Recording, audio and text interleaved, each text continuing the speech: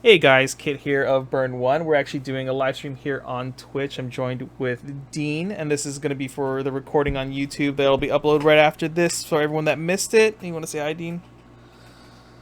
Hello, All right. we're here. Yep, we are here and alive. So we're actually doing something that's a little bit different. I don't see this done too much in the community, really, but we're doing kind of like a live reaction content thing because I figured one, this will be fun because the video we're going to react to, I think, is a fun topic to just discuss, especially first time looking at it. And also, it is a newer Weiss Schwarz content creator, um, and they have a YouTube channel now. So we're going to help shill for their stuff. I guess we'll just get right into it. Let me do this. Here we go. Where is this? All right, this is the video. Wait. Okay, I have not seen this. I was told to do live reaction, so... Yeah, oh, hold on. Am I doing this wrong? Where is this? Oh, here it is. There we go. Okay, yeah, so the video is from WeissAcademy. Look, they only have 11 subscribers. Everyone here needs to literally go there right now. Hold on, let me just get a link. Alright, throw this in chat. All of you need to go subscribe to them. Their two videos they posted out is clearly like content they are actually writing scripts for and doing. So their first two videos are fun videos. I think personally I like this the one video we're going to look at today, which is the deck archetypes in the game. And then they have another video here on trash or treasure. Is what they're going about different deck they're going to basically deck profile on, and you guys can talk about the deck there and stuff. But the video we're going to look at today is the deck archetype video they did. But yeah, I guess should we just start the video? Yeah, let's do it. Alright. Hello Weiss players, welcome to Weiss Academy. So this is the start of our channel, and we are a group of long-term Weiss players based in Calgary. We're hoping to bring some informational and fun content to our favorite trading card game. For today's topic, what I wanted to talk about are the different types of decks that exist in modern Weiss Schwarz. Whether you're a new player or a veteran looking for the next deck to build, we hope that this can give you some key information and that we can start a discussion about a very underrated topic. At least that's what I believe in the game. So to give some historical context, this topic isn't usually talked about because in Old Weiss, there weren't that many different types of decks. A long time ago, many decks all played the same compress and heal and sustain strategy. This is because many decks lacked an efficient or just had an entirely lack thereof resource engine to which they can use to close out the game. If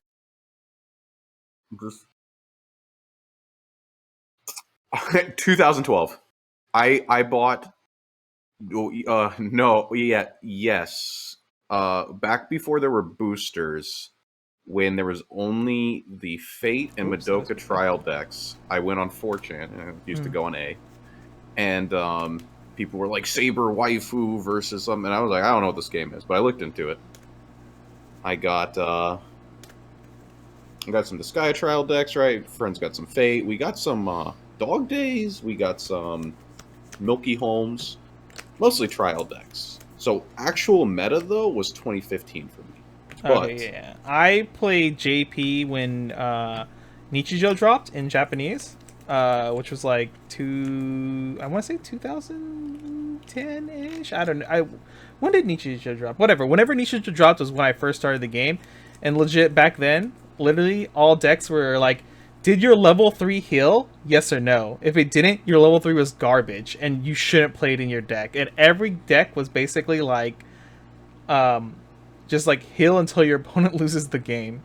Like, I think the best decks at the time when I joined were like Angel Beats, and it was because they had a 1175 with Hand Encore because of the support. So it was like really hard to even break their board. On top of, I think, did that deck have 8 gates too? And like back then, if your deck didn't have like 8 gate or 8 door or whatever you want to call it, like your deck was already significantly worse than most other decks that had access to being able to play 8 doors, because it was like one of the only plussing triggers in the game that was like good. right. Yeah, that shit was. But that's really like annoying. so far back. It's a little weird that he would even mention, and I don't like know what time frame he's talking about, right? He's just like in the old days. But it's like, how enfranchised of a player is he I think there's got to be very few people that played back then, right? Like very few people left. I think a majority of those people have left. There are still some people out there I know that are still around, like me. We're old boomers, basically. Yeah, because I don't know like what time frame, because even like 2014 was different, right? Yeah. To conserve their resources and out-sustain their opponent. Of course, there were aggro decks sprinkled throughout this period, especially two-soul rush decks. But these wasn't there like a Nichijou deck that was like just 8 2-souls, no level 3s? I remember like that being a tournament report with that. Honestly, like, I don't remember. I know. I remember one of the only times I ever saw a Nichijou deck on a topping profile. It had no level 3s. I don't even think it had level 2s. I think it was just like level 1s and 0s and 2-souls, and that was good enough to win. Oh my god! Where did you see this at? Jesus! Oh, dude, this was forever ago. I mean, this was back when, like, I always liked Nichijou, but I never got the deck because I didn't get into Japanese until I say 2016. Yeah. Whenever ReZero came down, that was my first Japanese deck that wasn't Disgaea, so like I don't really count that one because I guess I own 2 Lavru in Japanese, but when I say that, I mean I bought like 4 boxes, so yeah, it's a little scuffed. All right, competitive. After a bit, the game began to develop more and more. Bushiroad identified many popular card profiles that the players enjoyed and began to recycle their design, and many decks kind of had similar tools, just with slightly different flavor of climax combos. So this led to a period where many decks were basically all combo decks, and just had different level 1 and level 3 combos, but the rest of the deck and the playstyle was essentially the same. However, if you fast forward to today, in Modern Weiss Schwarz, we have finally reached a time where there are many distinct styles of decks, each with their own style of play. And that's why I think this is a great time to bring up a discussion about this topic. I think it's weird about this. What's up? I think what's weird about this is like I would almost say that there's like becoming less like uniquely decent deck types in this game recently. I kind of feel the same. I feel like a couple years ago, it was probably more of like, oh, there's kind of different types where you can go down different paths. Of like, if you want to play more defensively, you can go down this way. If not, you can go this way. Now, maybe it's just because like the power creep and everything, and how like pushed these level 3s are. It seems like a lot of decks have just become the same deck, just with new pictures, essentially, right? Yeah, I feel like if we had like maybe like 5 archetypes before, I feel like we have like 2 to 3 now. Yeah, I could basically agree with that. Disclaimer: these deck types or deck categories that have come up with are not official. They're what I discussed with my close group of friends and our community here. And I'm just using this to express my personal opinion and to start a discussion about this topic. Alright. So, here are the 6 deck archetypes in my opinion. So there is 1 aggro, mid-range, combo. Ooh, the favorite word, tempo. The forbidden word. I will go into depth about each one, and you can kind of check them out, see what I describe them as, and see if you're interested in any of these playstyles. Okay, I'm gonna pause it here. I kind of watched the video. I didn't like pay 100% attention to it because it was more of like I listened to it when I was in the car. Is tempo a climax swap with a 1 of 2 soul? I have no idea. But tell me what you think every archetype is like going to be kind of like defined as. Oh my lord! How would you describe aggro in this game? Aggro is like probably something like those are the decks that just like don't work in my mind. I mean, so he's probably going to put down something like okay. So if I'm going to be honest, how long? Give this to me straight. You like how enfranchised does he seem as a player? I mean, like he's making like these PowerPoints, but like, and he's talking about some old type. So like, I'm assuming he's played a lot, right? Yeah. I don't think he's a bad player or anything. But I think we all have different opinions based on what he believes archetypes are. We think are. A new player, I think, would put Don Machi, which I think is the exact opposite of actual aggro. Yeah. I would imagine something like non-functional, like Dodai. I'm thinking like these 2 soul decks that like barely function, that like slam a 2 soul and still lose the damage race. is aggro. Yeah. Mid-range, that's like not a thing in this game. It's like a deck. That's like a pile. I actually don't know. I think there is mid-range decks in this game, but it's more of like the power level of the deck is only apparent when you're like level 2 or higher. Essentially, is it? I know. I would imagine that mid-range in my mind would be something like Bang Dream. Something like Bang Dream, where like you have this. So not even the choice. I'm talking like the Kazumi stars with like a bunch of like toolboxy 2s. Yeah, maybe. So coming from other games, because I played a lot of Magic, when I think mid-range, I think of like very cheap value creatures that, or like things that are valued very well, that are just annoying enough that it's like really hard for like aggro decks to fight. But if you play into like a control deck or something, then the control deck should always like basically win. So whenever I think of mid-range, I always think of standby and board-based decks. That's the first thing that comes to my mind. Like really? That, at least in my head, like you're playing out creatures for like cheaper costs than there actually are, so they're overstated at a time in the game that they normally wouldn't be played at, right? Mid-range feels like, to me, if it would be like the compression stall. Well, I guess I don't know what that means. I don't know what compression stall means because, like, man, those sound like so similar, right? Yeah. Because I literally don't know what mid-range would be unless it's like Don Machi 1-0 slam, 1-0 slam, heal once, 1-0 slam, heal once. Maybe Don Machi would be mid-range. So something like 1k1, do nothing, loop, loop, loop. Yeah, maybe something like that. With like a mid top end, so maybe like not you can Bang Dream kind of, because like people could play around it. So that was kind of mid-rangey, I guess. Combo would be like Prilly, which is now power crept by things like Buzz and Woody. So like, you know, combo is no longer combo. I think like old Million Live, anything where you had to accrue egregious amounts of resources and like actual make deck building concessions to do so. So I guess modern Tokyo Revengers. Maybe like the dual laners, or like when I think of combo 2, I still think of remember that really broken superstar list where you kill people in main phase. Like, yeah, I mean, so like Revengers. Yeah, pretty much. Yeah, you basically give up, like, let your opponent do whatever the hell they want, because all you're doing is collecting resources, like you said. Because once you have the resources and you're at the level, you can just do your thing, and your opponent loses the game, right? Kind of like Fate Laser or whatever, or that. Yeah, Fate Laser, Disgaea stack. I mean, anything like that, like Prillia, where you play like 6Ks after climax and then just hope you got there.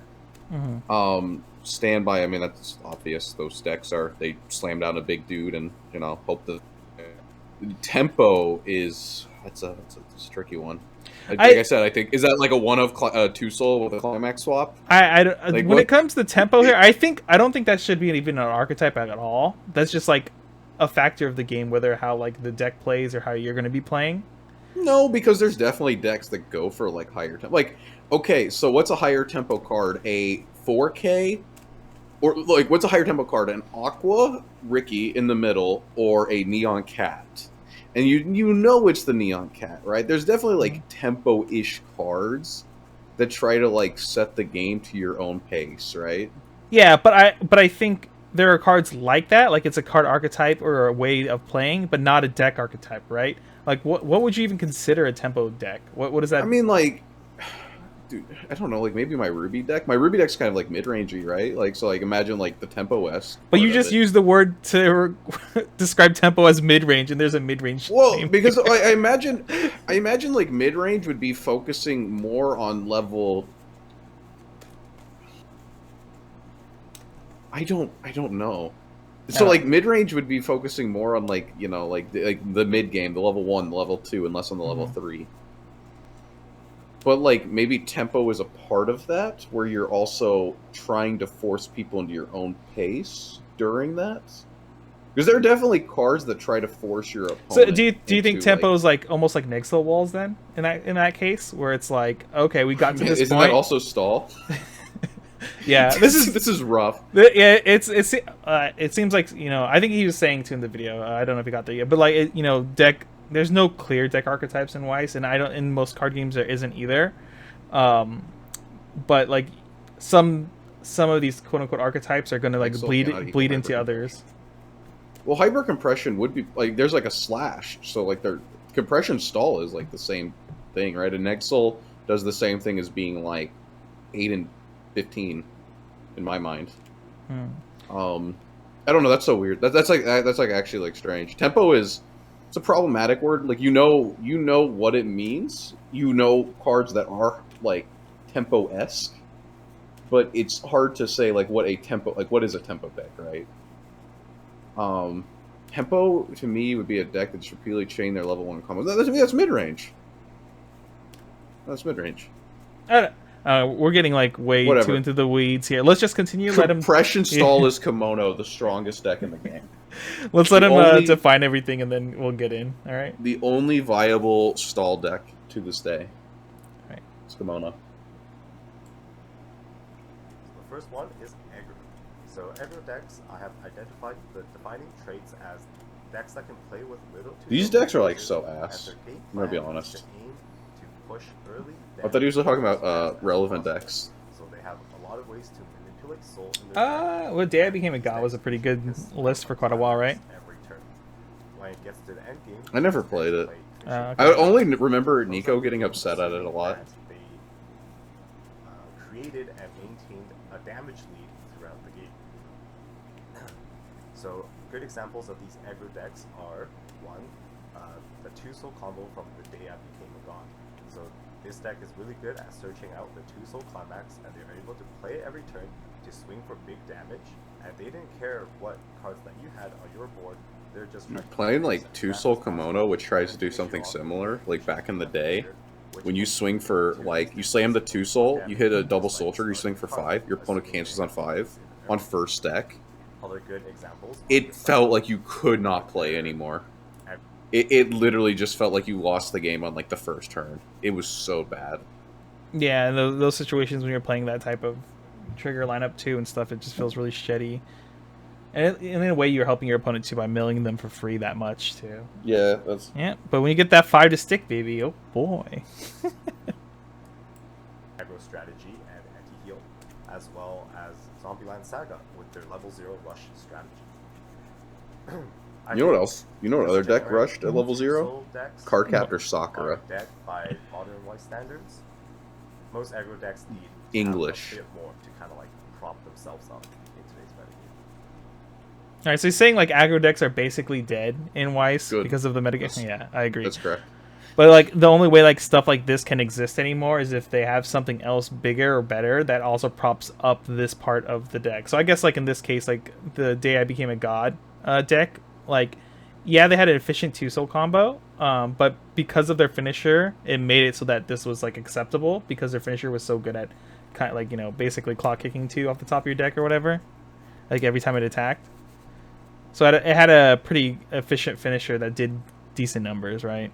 And because of that finisher, I think outside of like that finisher, if that finisher didn't exist and it was just like some vanilla crap, like do you think this combo would even like aggro basically would even exist? Wouldn't I even think if exist, that right? I think if that finisher wasn't a non-interactive plus every time you played it, I think it'd be unplayable. Just Yeah. like even playing Million Lives like 2-soul combo that I was really excited about, where it's like 8-5 on attack, kind of like this thing. Mhm. It feels actually just unplayable. It doesn't matter what finisher you pair it with. The deck just feels unplayable. Yeah. So yeah, I think like putting a 2-soul in your deck is like automatically you're like horribly scuffed, and if you're trying to actually like play a functional deck, right? If you're trying to just have fun and slam 2-souls, you go for it. So the next type of deck. See, I are told you. mid-range decks. Mid-range, yep. So these decks are Called it what I Danmachi. would call the well-balanced decks in the game. So these decks have tools for all phases of the game. They generally play answers, at least some answers to what your opponent is trying to do. Cards that can answer the board, cards that can help you sustain, as well as cards that can help you close out the game. So these decks focus on consistency and efficiency, but they don't have the highest ceiling in the game. Aren't aggro decks So supposed some to not examples mind the of these mirror, decks as are that would just be determined by one's Danmachi. draws? So this is a very Day I consistent Became a efficient God deck hates the mirror. that has amazing search and salvage capabilities throughout the game. It wasn't. Well, I think the reason like Day I Became a God hates the mirror is because they both their decks play like what, like 12, 15 events or whatever, because it's required for the deck, and it just so happens that the finisher also does not work on events in your That's not deck, like right? real. Uh, I mean, yeah. they don't care then, right? Though, right? So, Yeah. It's like pretty I mean, you're whatever. both equally scuffed, so who cares? Yeah. The match is 50-50, so. Alright. Consistently get to whatever cards they want, and they can play a CX turn after turn to kind of push the game along. Their finisher is extremely efficient because it's a stock healer. Sometimes you only need 4 stock to play out all 3 Hestias and swing for increased soul damage. Mob Psycho's a mid-range deck? Turn 2 for 2 if you cancel their Hestia swings. Another example would be something like Psychono, right? Psychono doesn't have the most amazing finisher, but it is super consistent with all the resource generation, memory tools, and the So you're gonna fact that now tell me that they kind of, Psychono's like, also a stall deck later? climb into their finisher with a series of change cards that change from a 0 to 1 to 2 to their level 3. They can find their finisher turn after turn. Their finisher is hard to interact with as it is hexproof, and when they attack you can't play backups. So it has little counterplay, so the damage they output is consistent. So these are why I would consider mid-range decks. Well, before we get into combo, do you agree with that like entire spiel for mid-range decks? I feel like it needs to like be combined with other stuff, just because like. I mean, yeah, like I know what he's saying. I'm like thinking Danmachi's a good example. I think Psychono's a bad one. Yeah, I think Psychono is more of a weaker example of like a mid-range deck. But I think Danmachi, yeah, it's like fits in there. I just think of these decks like when you can just like Kazumi with the something in the warehouse Bangram, right? Where you just head empty, slam climax, 3 events, attack, do something, maybe grab 1 utility card a turn that does like a heal, and then just like keep doing that, and just it's part your of ceiling like, is your level 1. Yeah, part of it's like how efficient it is at doing that over and over again as well, right? And then like like I said earlier, like mid range is like about having like efficient creatures do things. So in like in Danmachi's case, it's really efficient at breaking boards because all your things are costing like nothing, and they get really really big. And then you just sit there and loop the combo until you're level 3. Then you play Hastia to kill your opponent, right? Yeah, and it's like those decks that peak at like level 1. Yeah, that's my mind of a mid-range deck. It's like if they're playing down their level 1 at level 2, they still don't care. Like that's just their game plan. Yeah, I could agree with that. I still feel like some mid-rangey decks, like maybe Kanata Marin like type of deck, is like very mid-rangey too, because they don't care about what happens the first 2 levels, and when they hit 2 is when everything matters, and their entire game plan is to force themselves to 2 as fast as possible, basically, so they could start abusing. Isn't that kind of tempo-y? I guess maybe that'll be in tempo. But yeah. All right. Well, yeah, I think like you said, Danmachi is like a very great example for what I guess a mid-range package should be like. We'll see what he says about combo now. Next, we have a deck style that some people love, but others may hate. So at bottom, that's like every finisher now. So recently, these decks have become increasingly popular, and I would argue that they are kind of like the focal point of today's metagame. So the defining traits of these combo decks are that they have strong resource generation, they can play aggressively early if they want, and their game plan is focused on like gathering a lot of resources to make a strong level 3 push that can kill their opponent easily, even sometimes from level 2. So these decks have extremely high ceilings on their finishers, but they generally require a lot of resources to do so. A lot of times these decks will want to have at least 8 stock at level 3 and a full hand. So example of this is a Door Assault Lily with their level 3 Door combo that gives other characters on attack mill 3 of bottom opponent deck and burn X for however many climaxes you hit. So if you have 2 of those, you can give that twice to this blue card you see on the screen here, which is a restandard.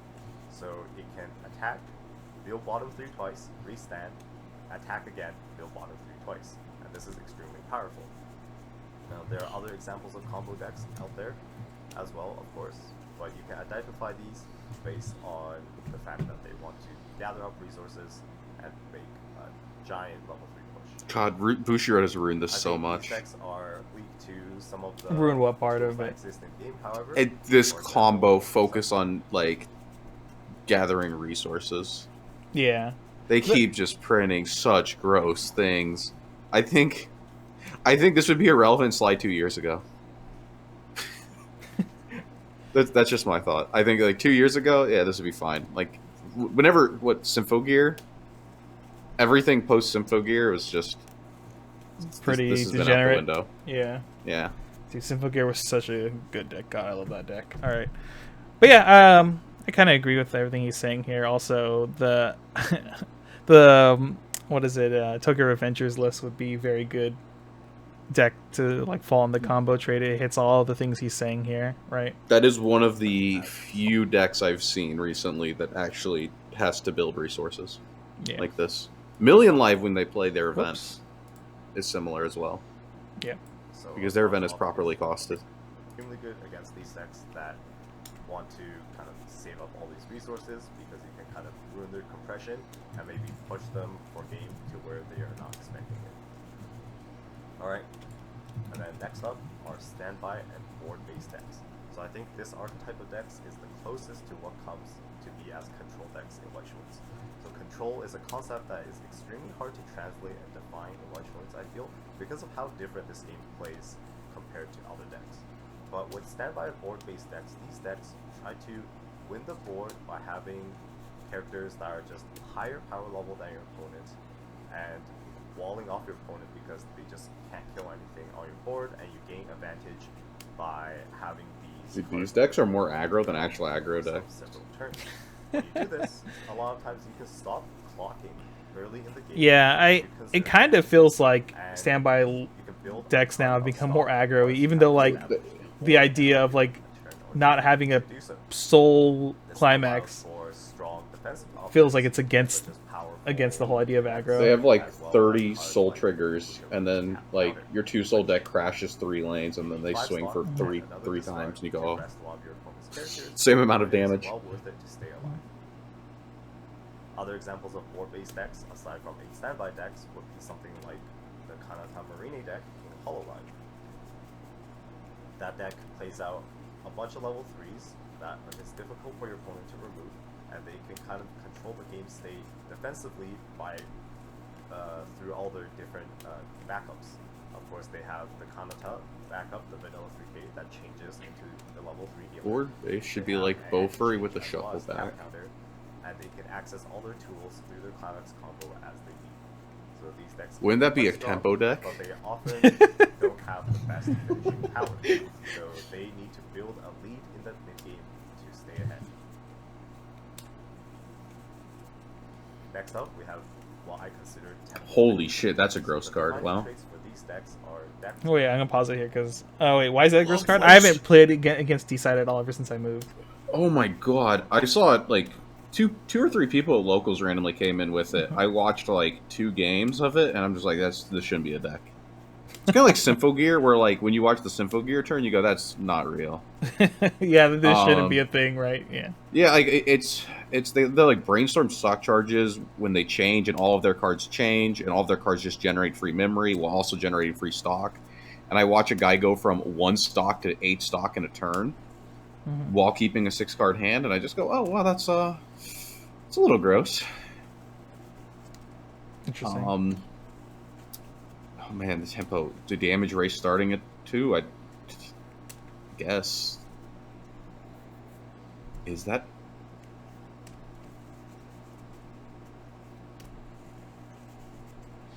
Maybe that. I mean, like how he defines it. Maybe it is tempo is like a thing because like he's also talked about Kanatamaran, right, as like a tempo deck. No, he put that as a board-based deck. Oh, board based deck. Sorry, that's right. Fuck. That's what I'm confused about. Well, like D-side doesn't hold a board. D-side is fine. D-side is 100% compression stall. It loops refresh. I mean, like, What- sure. Would we drop tempo? Would we drop Fate 8-bar Fate in here as a tempo deck then? right? We just like loop the same shit over and over again. 8-bar Fate? Yeah, you just stay compressed and you just Is that not a compression deck? I don't know. I guess we'll I don't see. know. I don't know like what I would even call like tempo. I would think of things that try to like warp my opponent's turns, right? Like a high tempo play. Like there's like high tempo cards like the Nina Cat. God, what So else? so Darcy, I don't even know. Darcy Chat's saying like every deck goes into 4 categories, right? Well, at what point is there even a reason to have categories then? You know, if we're gonna start trying to define like deck archetypes, because there has to be some like utility for saying this deck is aggro, this deck is tempo, this deck is. Well, I think there's too many. Like I think there's too many divisions. I'm sorry. Even removing like the fact that I feel like some of these archetypes have been blurred recently or removed completely. Like I think combo is like almost dead. Yeah, everything's been very much blurring even more and more together. I think. Yeah, I think one thing this one in particular should have been merged with something else. Probably because like one thing he's like defining here as like a damage rate starting from level 2, but like the only reason he's saying this I think is because of like obvious decks like Love Life Sunshine, Symphogear, I guess D-Side or whatever. Like D-Side is kind of like Kanatamari. They're probably not burning at level 2 unless they really want to kill you. But yeah, but I feel like these are decks that try to like play aggressively earlier than normal, right? And that's what makes it like tempo like it would. Does Kanatamari not do the same? Kanatamari drops down 3 soul beaters at level 2 that heal. D-Side drops down 3 soul beaters at level 2 that heal. Love Life Sunshine is actually different than D-Side because everything I've heard from D-Side players and I've seen from D-Side players, they say you don't burn. They say you don't burn on the first turn. For D-Side? Yeah. Yeah, I'd have to read the cards to know exactly how the deck plays out. I haven't watched enough like matches online. Just imagine you have like 8 stock over to the left and you have like 8 cards in memory. Oh, okay. And you're like 2-0. Oh, okay. So my opponent can't kill me. Got it. Yeah, and then you're slamming down healers every turn. I don't know. This is such a weird one. Okay, yeah, I'll just continue listening then. That facilitate a game plan that revolves around pushing for a bunch of damage or tempo in the mid game, and they try to close out the game with that lead. So the example I have for this is D-Side. Now D-Side may not be the best example because that deck is so powerful that it can do almost everything. I think the only thing the deck really lacks is a strong defensive option, but that doesn't matter when they can send a million cards to memory for free and have a 1-stock healer starting from level 2. So if you're unfamiliar with D-Side, what they can do is they have a 2-1 that on play sends this level 3 from their waiting room to the memory. And then if you play the Climax combo, you can send the 2-1 on your stage to memory to play the level 3, which on play heals a card. Now this level 3 combos with the same Climax to be able to on attack, pay 1, discard 1, burn 4 with memory condition I believe, and on reverse you can also pay 1, discard 1 to also burn 1. Of course most players just use this as an official heal engine starting from level 2, in which you get a bunch of 1-stock heals and you can try to push for a bunch of damage with your Climax combo. You don't have to use the burn, but if you see that your opponent is uncompressed, you can just bonk them for 4 damage with your burn and see how far ahead you get. So decks like these, they damage race you starting from level 2. Oh yeah, I'm pretty sure their free fresh ignores color as well.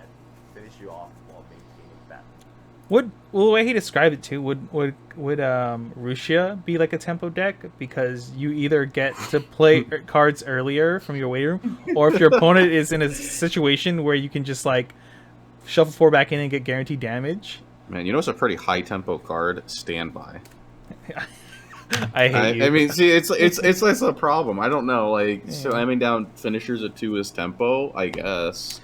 Yeah. This one's a hard one. Yeah, Merge, Gurren Logon. Yeah, tempo is so, it just feels like it covers so many different things that I don't think it could literally fall into a category itself, right? But I understand what he's trying to get at, right? Yeah. All right. But it's, I don't know. This one should probably be with Merz or something else, though. That's what it's like. So these decks Yeah. can be quite scary if you don't have your setup ready to go. If you had a weak early game, these decks will roll you over. Other examples: Card Capture Sakura, Life Sunshine, since they Vivid don't Strike, have any restrictions, High Tempo. as well as something like Simple Gear, where they have their double finishers that play off each other and try to push you for a lot of damage at level 2, while not like paying a bunch of resources, so they can like do the same thing all over again next turn, especially if you can't remove the level 3s that they put out on the board. Okay, and then coming up we have the last type of deck. So these decks are what I consider compression and stall decks. So these decks are reminiscent of the decks early on in Weiss Schwarz. They try to gain advantage by dragging out the game. They generally have ways to bend their deck size to increase the chances of canceling, and efficient ways to heal off damage to out-sustain you. I would Wait, did he put Nexels in Weiss tempo, 2 soul but not decks in and stall? other soul suppressed decks part of this category as well. Did he? I didn't. So the example, I didn't hear that. Yeah, essentially, right? He said level 2 slam down cards is. and they can start playing out their healers at level 2, which also have hand on 4, so they're annoying to get rid of. And even if you do, they can play some more next turn because it doesn't cost a lot of stock to play it out. However, these decks generally also have the trait of having low finishing reach. So against these decks, you generally don't have to worry about dying from like level 2 or sometimes maybe even 3-0, because they're just trying to hit you with vanilla swings for game. So if you're compressed with climaxes, This is deck, peak Weiss Schwarz. these decks have a hard time. And this is 2012 Weiss Schwarz. This is peak Alright, so those are as a kimono 6 player. different types of decks I would consider that exist in modern Weiss Schwarz. Just to go over them again, there was aggro, mid-range, combo, standby and board-based decks, which is similar to control, tempo, and compression and stall decks. So, thank you for watching. I think there's the video. two. I think there's good Let me decks know and in bad the comments decks. if there's a kind of deck that you feel that is Sure. that I missed, or if you disagree with anything I said. Because we're just trying to start a discussion here. Any type of discourse is appreciated. Offer your insights, post in the comments. We'll see you next time. All right. So yeah, what was the? Whoops, not this. Many. So yeah, what do you think of like So his breakdown of these 6 archetypes he came up with? Ooh, I feel like some of them should be combined. And when he says modern, yeah, decks I like and decks you like. Yeah, thank you for that. A shout out to Timmy Two Soul.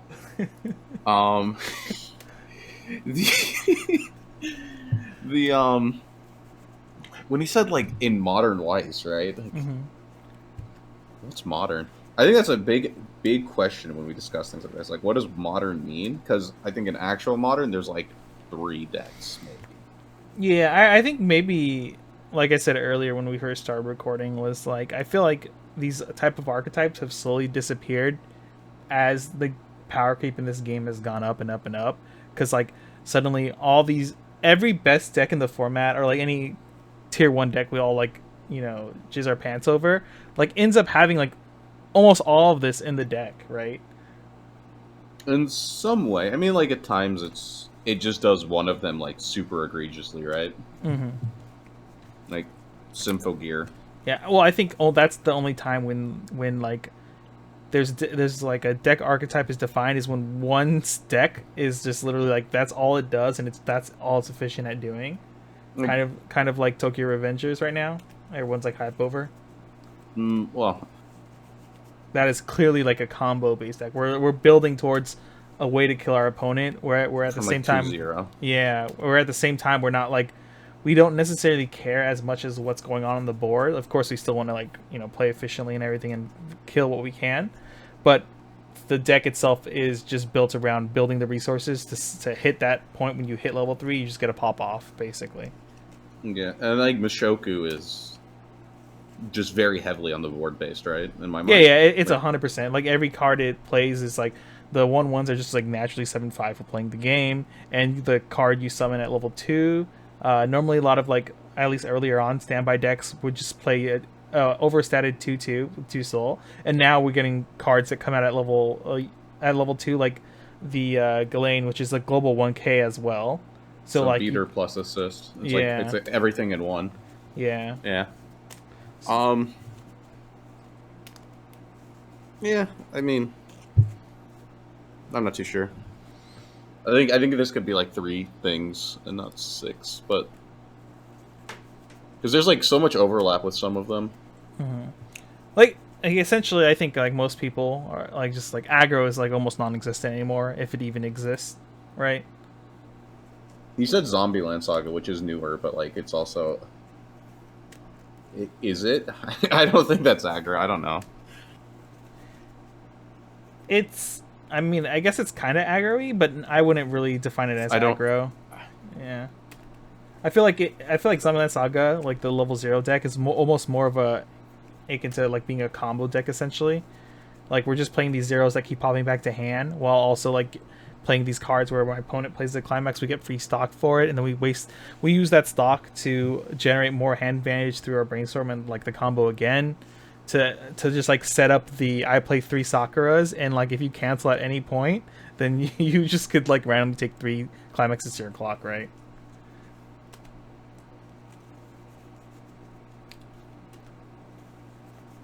I think Meg Soul's under. I mean, that's like still. it's almost combo-y, isn't it? I guess I don't know. No, it's not because it doesn't take resources. I don't know. When you start like getting into these like predefined archetypes and naming a deck like that, I don't know.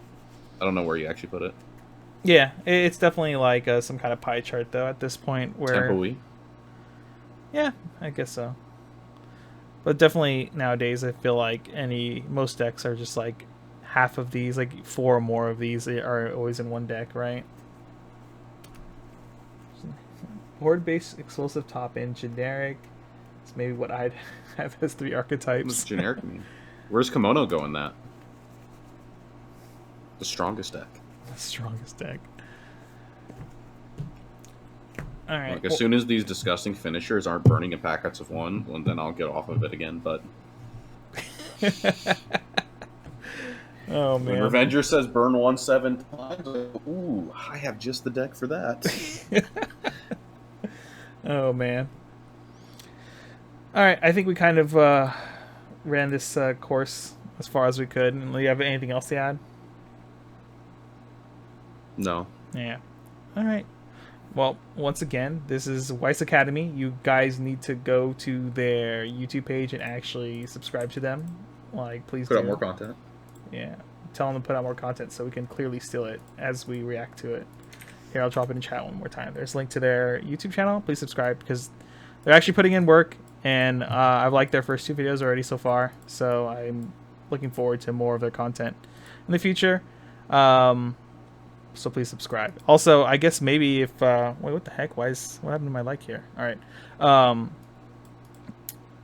Yeah, I mean, if WeissAcademy sees this video and maybe if they want to like discuss more about this topic, and maybe we can get on sometime all together and just like talk more about deck archetypes and see where that goes. Because I always think it's interesting, like having different deck archetypes in this game, but it's also like compared to other games, it's so much harder to like actually have defined archetypes in Weiss. Just like from the nature of how the game is played. Yeah, it's completely different than other card games in that sense, I feel like. All right, I guess we'll be signing out here.